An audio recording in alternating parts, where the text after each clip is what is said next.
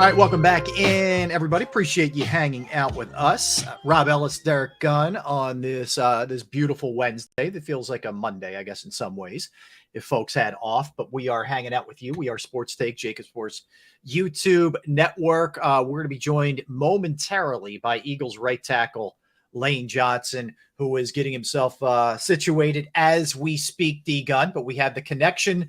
And I think we are ready to roll with Lane. Yes, we welcome him in now. What's Lane Johnson? How are you, my friend? How's everything going? Going good. Getting ready for training camp. We start July 24th, 25th, I believe. So yeah, putting it in now and getting ready for a couple weeks. Hey man, Lane, are we in the barn, man? Where are we? You look like you just worked out. Man. I train at a gym in a little bit north of Oklahoma City. My buddy that played with me in college, Tom Wart, we have a gym out here in Oklahoma. So we have a grass field out there. We have a turf field out back. But wow, that's awesome. Yeah. Hey man, I thought you would be out on some lake somewhere bass fishing right now. I did yesterday. So we caught some yesterday for the 4th, and that's about it. So I did a little bit of that, but mostly just seeing the family and training. Staying true to that. Wow. Lane, anything cool this offseason? Did you get a chance to get away a little bit? Did you do anything interesting the last few months?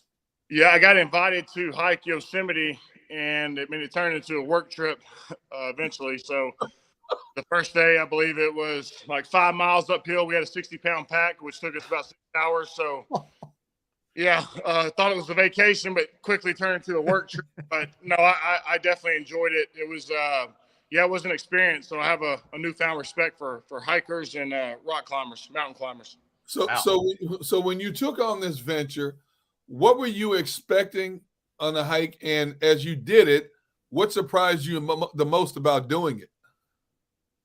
I got invited. My trainer, Gabe, invited myself, John Runyon Jr., and my buddy Tom I was just talking about. And he invited us out there. I was expecting it to be tough, but I believe we were around 8,000 feet altitude. So get that. And I think, being a larger person, I feel like it might be harder on the bigger guys, at least to recover.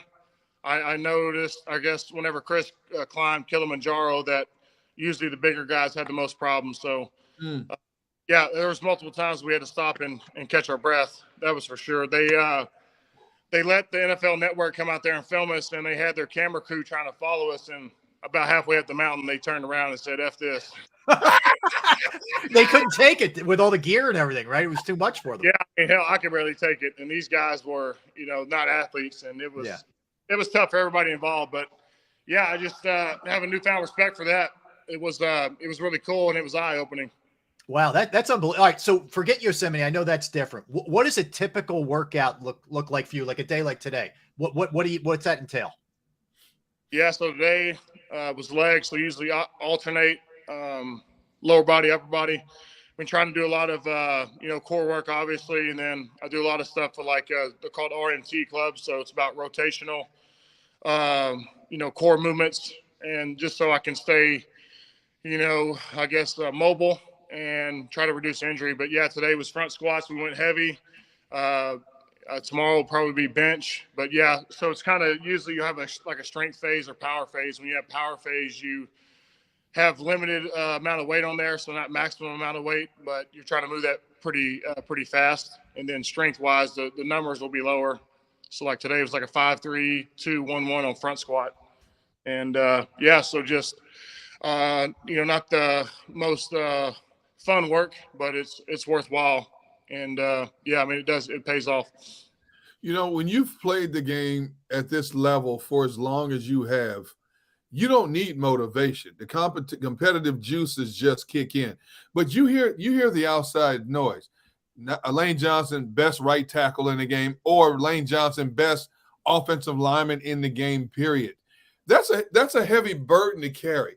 Is that a burden that helps motivate you even more so, or you just try to drown out that kind of noise and just continue to be the kind of player that you are? Yeah, well, I sit back and look at kind of the last few seasons. I just feel like, my focus, as I've gotten older, some things it becomes harder to train, or you might lose some in some areas, but I just feel motivated by that. And then Yeah, I just feel motivated to finish my career strong, whereas most people kind of nosedive in their 30s. I look at Kels, I look at JP, those guys that had a lot of success in their 30s, and you see the examples and how they do things. And, yeah, I mean, I feel like I'm at a point now where I want to reach my full potential.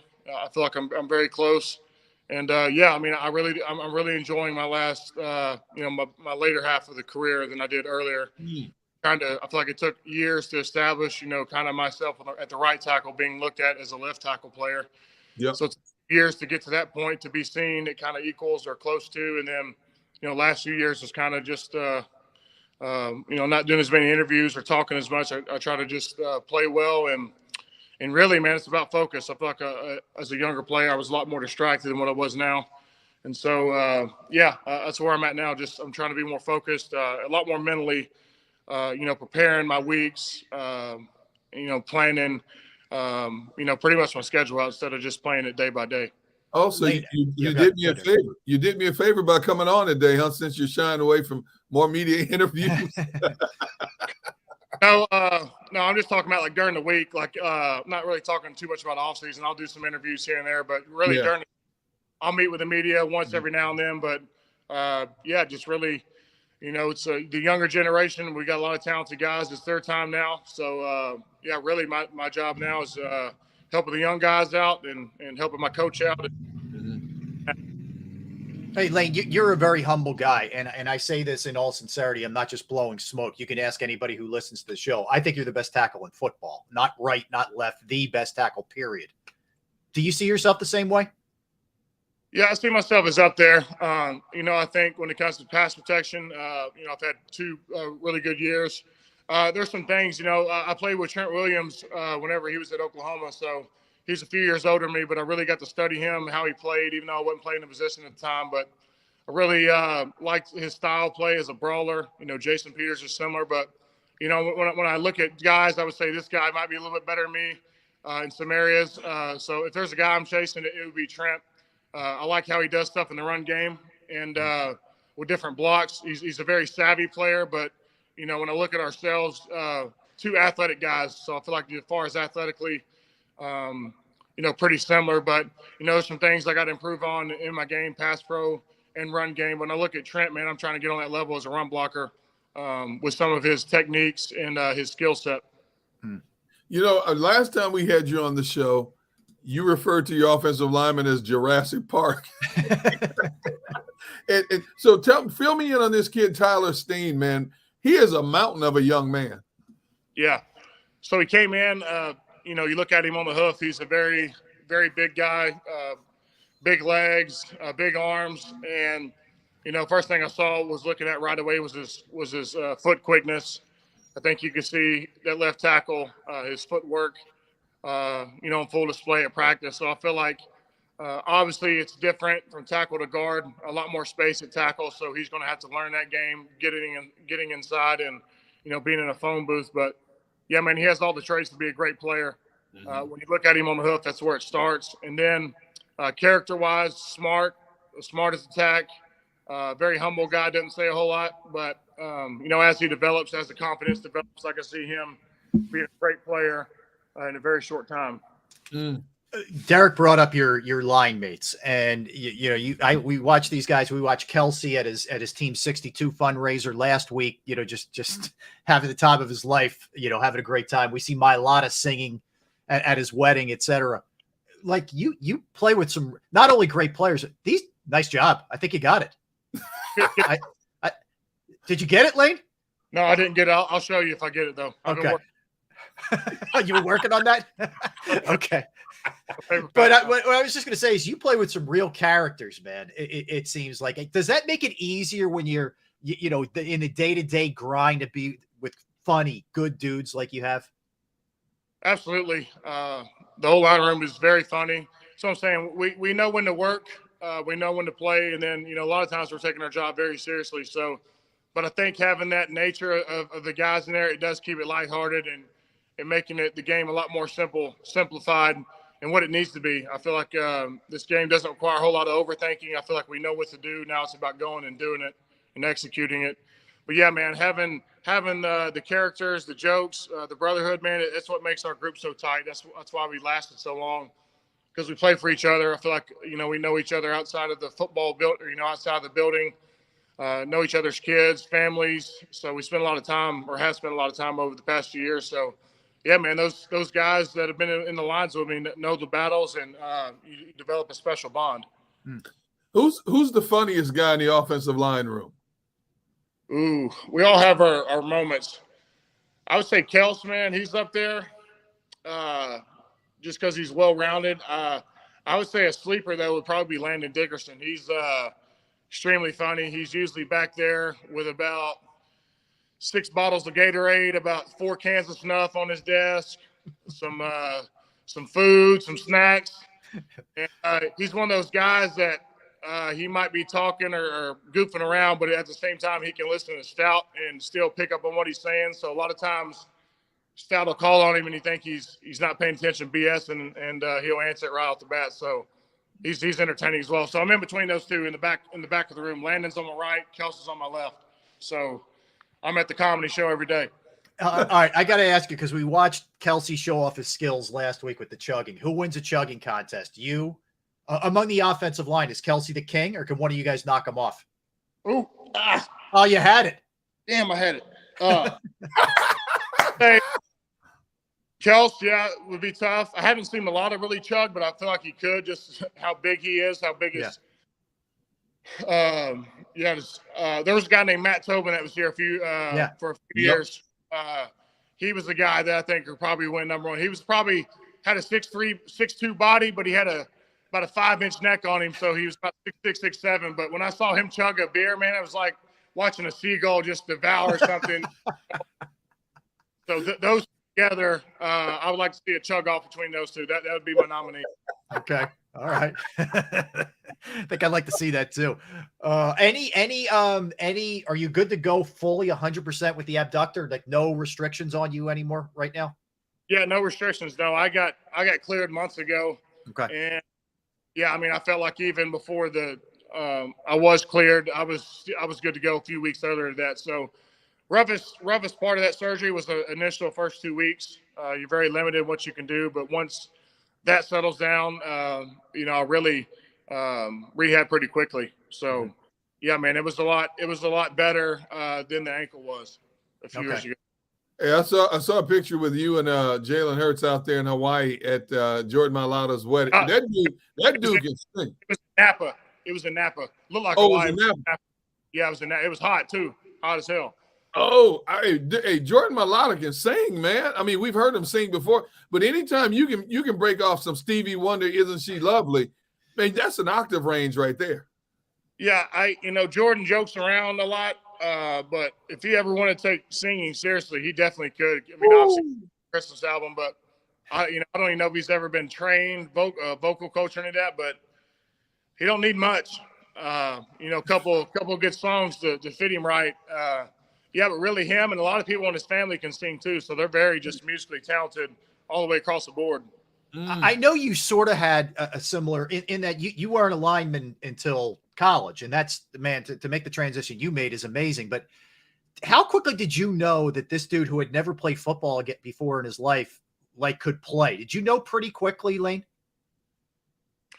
I knew, initially seeing him, I was like, oh, this guy's made for football. So we got the body type. There's nobody like him in the NFL that big or, can move like that at that size. So after the initial first couple of practices, I knew that he had the athletic ability, the traits, the foot quickness. He had all that. It was just really, he had to get in there and get live reps.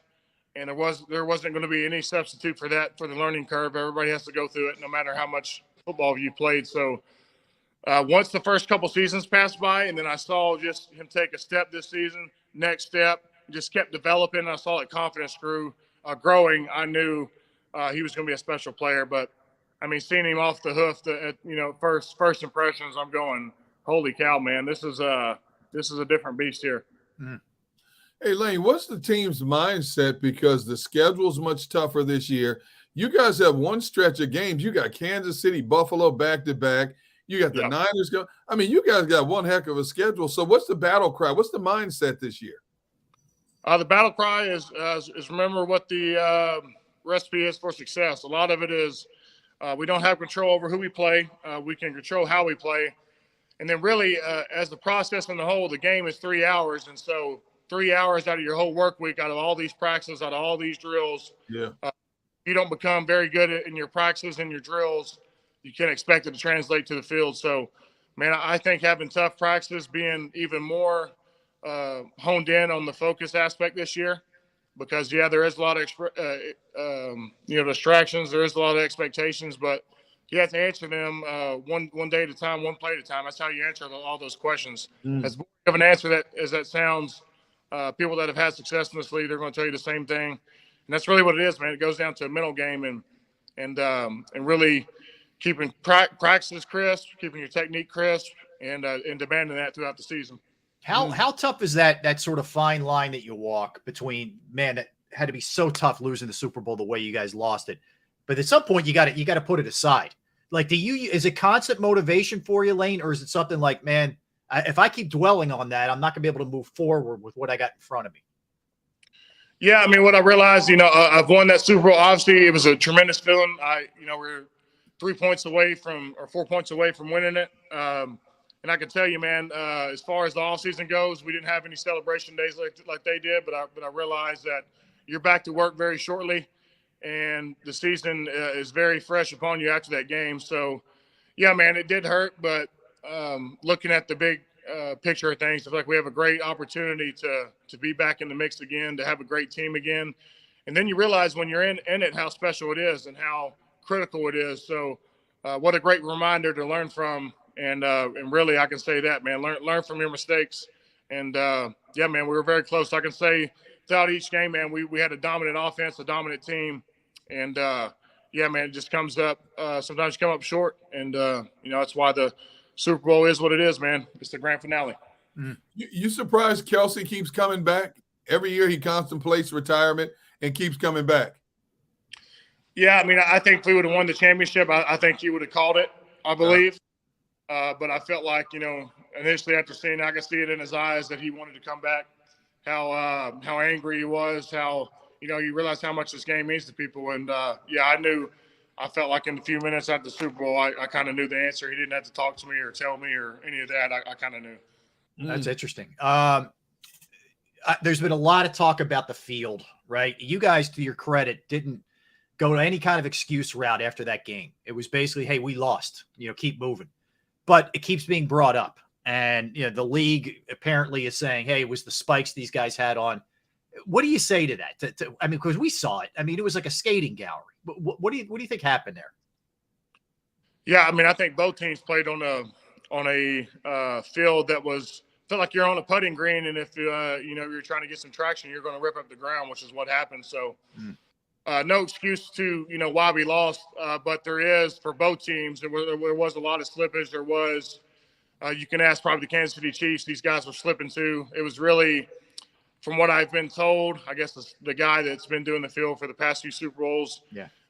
Kind of what was going to happen. I don't know if it was an over-watering issue to make the sod more slippery than what it needed to be or not as firm. But, when it goes down to the people doing the field and them having some say about it, I believe there's a lot of merit to it. Obviously, the NFL has a hard time taking accountability for stuff like this. But it is what it is, man. If somebody wants to take the blame, they can, but it's not going to change the outcome. But maybe in the future, that can be prevented. Lane, there are 32 offensive line coaches in the National Football League, but anybody who plays under Jeff Stoutland is deemed, you're in Jeff Stoutland University. What separates him from the rest, man? Because not only does he nurture and groom guys to be good, but the way he cross-trains them to fit in different positions, and the offensive line never misses a beat, basically. What makes him different? I think it goes down to coaching philosophy, style. I mean, he wants players to be, happy. He feels like happy players are more productive players. So, he's big on confidence, but really he goes down to coming in the building and making every guy know their assignment, whether you're a starter, if you're a backup, whatever you are. Whenever guys go down or second team or third team's up, whoever's up, has to maintain ordinance as the first team does. There is no drop-off in communication. There is no drop-off in set lines and angles. So everybody's coached the same. And so I feel like his ability to coach younger players through the older players has been effective. So, even with JP here, if he's trying to make a point, he would coach JP. And if people are saying, well, if he's coaching JP this way, well, I better step up my game. So I feel like his type of coaching style, and then I think just his love of football in general and love for his players. He has a special bond with his players. If something is wrong off the field, he tries to get that right, whether it be in your home life, the mental space, everything that can be checked to develop a player, he does. And he goes to, extreme lengths to make sure that happens. I know how happy you were because you tweeted out afterwards with the contract extension that Jalen got. I know you guys have worked out together. I know you guys didn't play together, but you have the Oklahoma ties. How cool was it to see the year that he had last year and for him to get rewarded? Man, it's awesome. It's what the game's all about. You put in a lot of time from, whenever you're in high school, 14 years old to where you are now. So it's 14 or, 20 years of work or 15 years of work to, get where you want to be. So really, when it comes down to that, the guys, quarterbacks are under the most scrutiny of any position, if like in sports. Win losses fall on you.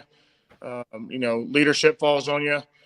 The city, everything falls on you. You are the guy. So I feel like it was just how he's handled everything from season to season, consistently making progression and making the team what it is.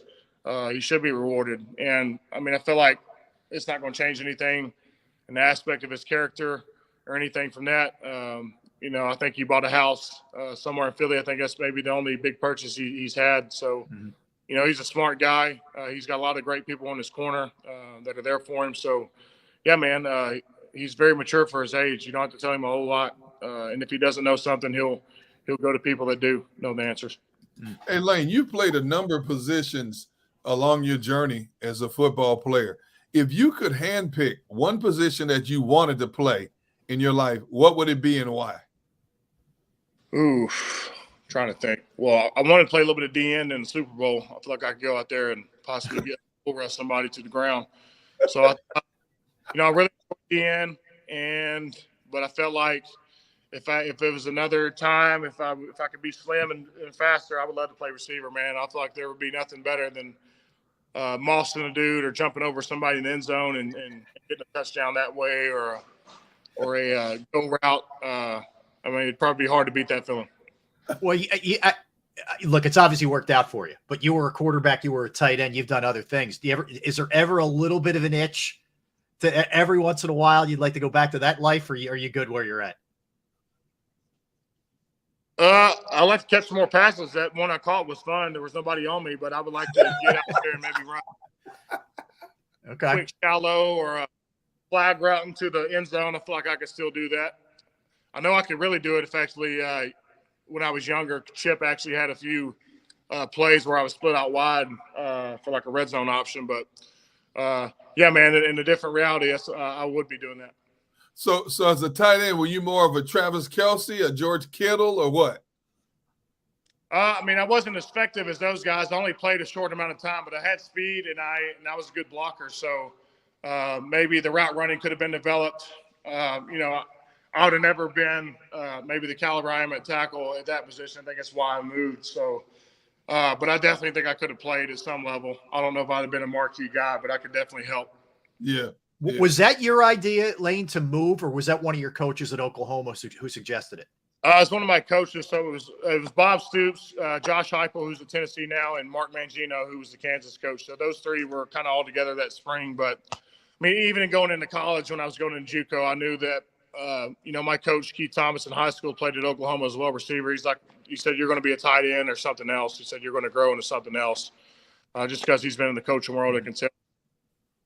Really going into college, I knew that I wanted to go to tight end eventually, and then Gary Patterson told me I was going to be 300 pounds on my recruiting trip, and you know what? Right in the end, even though I wasn't trying to hear it at that time.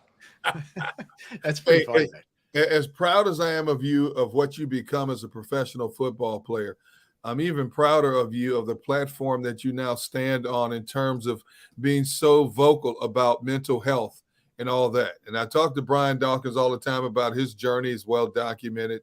Where are you? And for people out there that don't know, because, you know, it's funny, and not funny, but millions of people go through this. Can you give them some pointers on how to battle and win? Because people like you and Dawkins, you not only battle that day to day, but you're winning it. And I know it's a struggle. Sometimes you have setbacks, but you keep winning. How do you battle and win?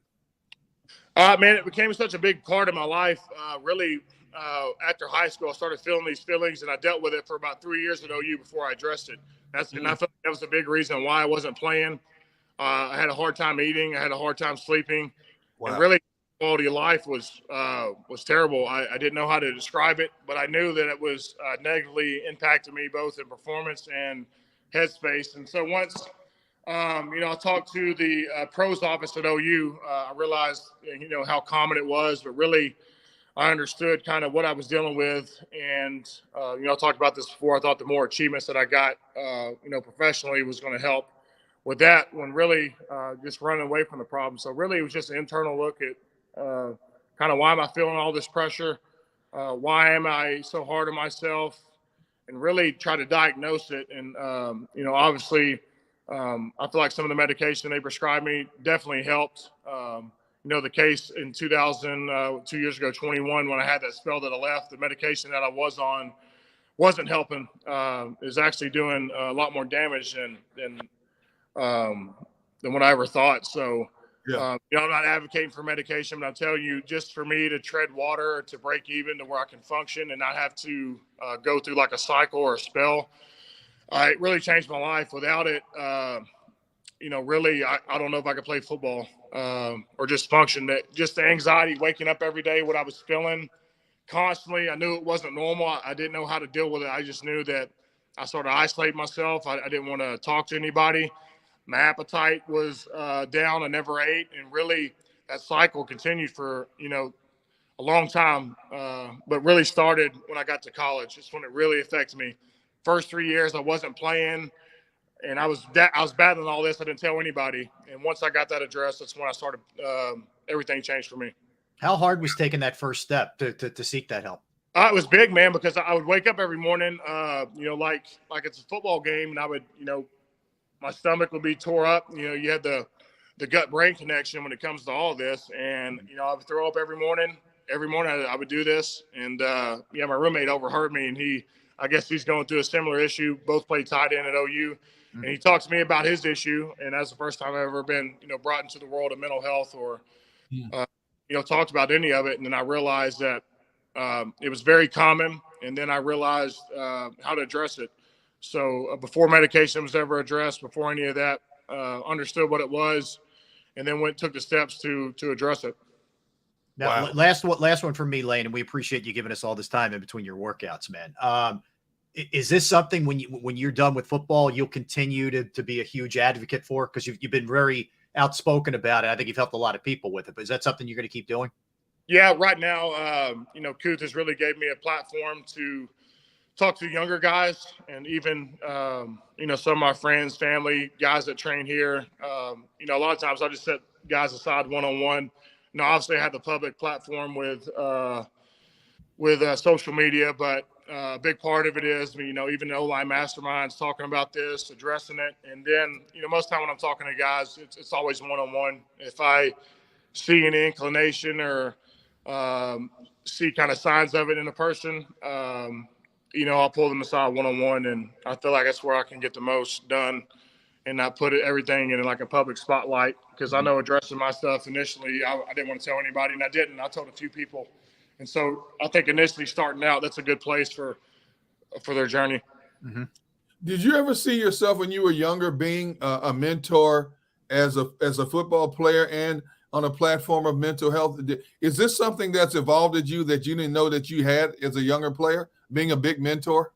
Yeah, no, I knew the anxiety portion, was ruining my life for the most part for majority, for a few years, few crucial years. And so I always hid that and addressed that privately and played. But, ever since 2021, when it kind of became public, realized how much people would help. And so, the advocacy for that is huge. And I feel like moving forward, it's not a pity me situation. It's an inform me situation. So, Yep. it's like Ryan Dawkins. You see a guy who's a mountain of a man, a beast of a man, and him talk about his stuff publicly to, the rookie symposium, Yep. to people that are just now entering this life. Meant a great deal to me personally, and meant a great deal to a lot of the athletes. They see that it doesn't discriminate. The Brian Dawkins, the Ray Lewises of the world, sometimes the most extreme athletes, man, they battle their demons. Everybody's not the same. Everybody's different, but yeah, man, unless you can learn how to control yourself, can be with yourself and manage your life, everything else is very difficult. Lane, listen, man, Yeah. very motivational, very inspirational. We appreciate you always keeping it real, looking out for people and giving us a couple minutes. We can't wait to see you in a few weeks back here in Philly, man, but we appreciate your time today. All right, guys, man, it's good talking to you, Rob. Good talking to you, D-Gun. All right. I'll be up there the 20th, and then we start the 25th, so I'll hit up. Be all good, right, Lane. Be good, man. Thank you. Appreciate it. All right, how about that, Gunner? He works us in between a workout, man. That's Lane Johnson for you right there. Dude, he's one of a kind, man. And he and I have had a great relationship, and I don't try to lean on that too much. I don't guys like him and the Brandon Grahams and stuff. I try to stay off of them as much as possible, and just bring him on sporadically. But his story is well documented. But just think about this. Think about the demons he battled. Yep. He became this incredible college football player, number 4 overall pick in the NFL. Didn't tell anybody the first 3 years what he was going through. Plays at a high level, continues to battle this stuff as Brian Dawkins did throughout his career. And the longer he's played it, the more accolades he's garnered, to the point where he's considered the best tackle in the game. Yep. Hasn't given up a sack in 2 years. All of this added pressure, some people will shy away from that, especially when you're going through mental health issues like that. You don't want any more attention on you. You don't want any more pressure on you. But yet they find a way to combat and win that, And that's why I wanted him to speak on that platform to share with other people, because, we know a lot of people out there go through stuff like that and don't know how to not just battle it, but win the battle, because it's a never-ending battle. It doesn't stop. Mm-hmm. It's not like you just conquer it. It's a way when you start to feel it, how to get it under control. And guys like him are a great platform, have a great platform to share with people how they get it under control and maintain and still function in a normal world. Yeah, no doubt. I mean, look, it's for anybody out there. Could be a kid, could be a teenager, could be an adult who feels like they're alone with this stuff. When you see Lane Johnson talking about it so openly and honestly, it just opens doors, man, and makes you feel like he said, when he talked to his roommate, all right, I'm not the only one going through this, and then he sought help, and then it really kind of got the ball rolling for him in the right direction. But yeah, good stuff. Good to hear that he's physically all good to go from the abductor. You saw absolutely. He was clearly going at it right before we jumped on with him in the ball in that whole setup out there. But he's a different guy, man. That offensive line is so special. Not only are they great, they're just all cool dudes. Just good dudes. Really are. Yeah, like across the board. We had Kelsey on last week or 2 weeks ago. We had BG on from the other side of the ball, and then Lane. So good stuff right there. All right, let's get a timeout. By the way, if you missed any of it, just go to jakibsports.com, JAKIB Sports YouTube channel. You go back and watch any of it. You want to comment on the interview, feel free. sportstakejacob@gmail.com. You can hop on with that. So good stuff from Lane right there. All right, let's get a quickie in, Gunner. Let's come back. Let's talk a little Phils. They've won 10 straight on the road. They win 3-1 yesterday over the Rays. They get a big one again tonight in Tampa. And then 2 days from now, they will be in Miami to take on the Marlins, which will be a really critical series as they're chasing them. So let's get into all of that when we come back. We got our NFL segment coming up. We'll continue with our greatest series. We're going to do the Broncos today. So we got the Denver Broncos in our greatest series. We got a Cowboys update on Netflix. We got all kinds of stuff for you when we come back with the NFL stuff at 2 o'clock. But we come back, it'll be Phillies. He's Derek. I'm Rob. We are Sports Take, JAKIB Sports YouTube Network. All right, let's talk about Pro Action Restoration. Yeah, Pro Action Restoration is the place that you turn to if your home, your business, a property you own goes through the pain, the inconvenience, the unknowing of fire, of smoke, of mold damage, you name it, water damage, they can handle it. Pro Action Restoration is on call 24 hours, 7 days a week to assist. I went through it on a Saturday at my parents' house. They got over to my parents' house. They cleaned up the problem. The crew was great. The price was reasonable. It was a really the kind of experience where you just take a big, sigh of relief. That's for sure. Pro Action Restoration is licensed, bonded, fully insured. They've been serving the tri-state area for more than 2 decades. They will work in conjunction with your insurance company also. So again, if it's water, fire, smoke damage, mold remediation, you name it, they can handle it. Give them a call, 610-623-3760, 610-623-3760, or online at proactionrestoration.com. That's Pro Action Restoration.